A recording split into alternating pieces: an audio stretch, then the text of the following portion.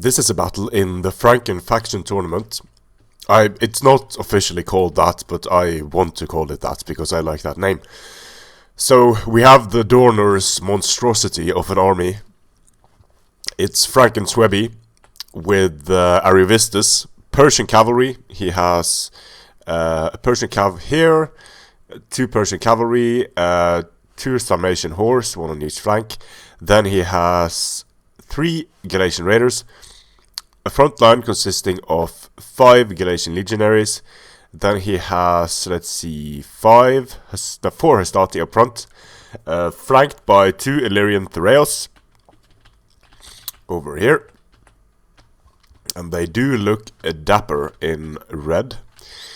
Then we have 2 Germanic slingers, and this is close to one of the... Not this exact composition, but it's about as good as it gets in Rome 2, this combination of units. Then we have... These guys also look quite good in the colors of Macedon, I think. We have legionaries. For Askia, we have a legionary up front. Then we have 2, 3, 4... some more legionaries. Now in this there was a max 5 of the same, so it looks like Askia broke the rules in this particular battle, but I'm sure Dorner just let it be, because he's not going to have any problems. Double bronze here, no chevrons here, so total of 1, 2, 3, 4, 5, 6, 7 legionaries, 4 Thureos. And in the center we have 6 Eastern Archers, I believe. Yeah, so definitely broke the max 5 of the same rule. But the Dorner broke every other rule concerning common decency in bringing this monstrosity of an army. So I guess he has to let it slide. And to be realistic, like if you have Dorner's army and you look across the battlefield and you see this, you're not going to say, "Hey, you brought too many you brought too many legionaries. I don't want to play that." You're probably going to go, "Oh, okay, you broke a rule, but doesn't matter. Let's just play." Dorner here is tilting his lines a bit, going up with his Galatian raiders, wanting to skirmish, but Askia sees what he's doing and is pushing up an Eastern Archer. He has Eastern Archers to spare. I think this is the first time I've seen a Testudo being used in multiplayer, which is cool. Have to do a close-up of that. They aren't taking any fire yet, though. So yeah, the Germanic slingers not on fire at will.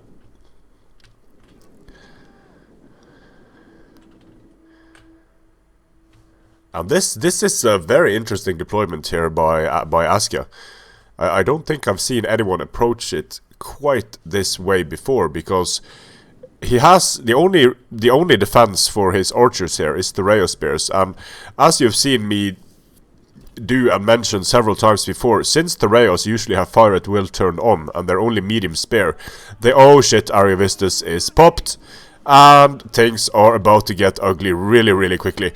This is why this army of Dorner is so ugly. Fast charge fucking Hastati. So you have Hastati with a 32 charge bonus, making Hastati essentially have the stats of mid-tier heavy infantry. Well, not heavy infantry, but mid-tier barbarian infantry. And let's see if he manages to hit with it. Yes, he does. So the legionaries are going to get spanked by Hastati. The Thureos are definitely going to get spanked by Hastati. Losing decisively are the legionaries. Nicely done there in pulling out these units and then following up with legionaries, but the Hastati are just not going to care at this point. Fast charge, sure, fast charge is a great ability, but one of the abilities that worries me the most is late game Pride. Because Pride, if you have a lot of melee units like this, a lot of low tier melee units, every single unit gets, I believe it's a 20 bonus to armor penetration.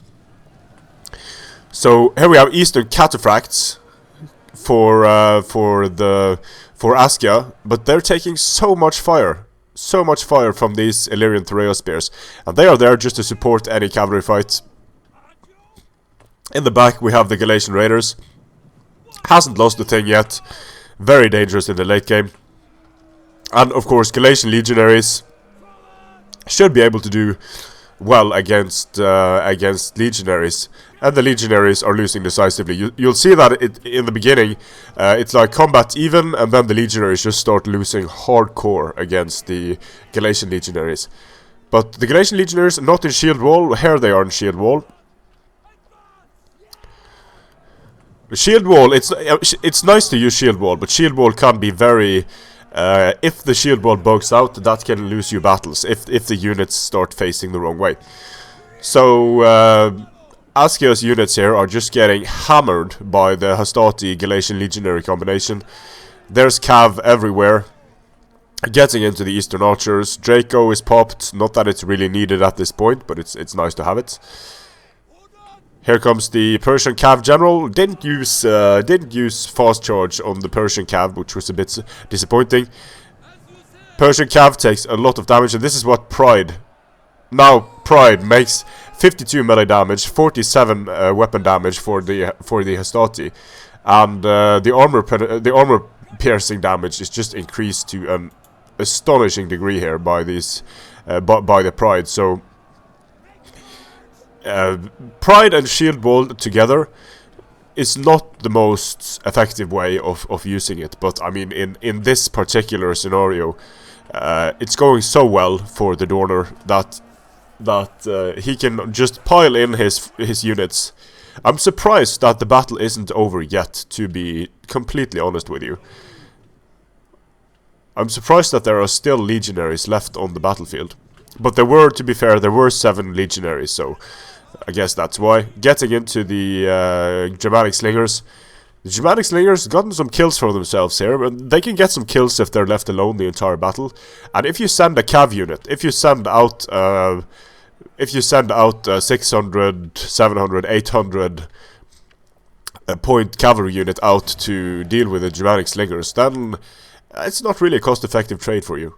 Unless that cavalry unit does so completely undamaged. So yeah, a close victory there, but as you can see by the kills, the Dorner's army was definitely the most effective one here, even though it came up against 7 legionaries. The legionaries are not that hard to deal with. Legionaries are the worst of the legionary infantry of Rome.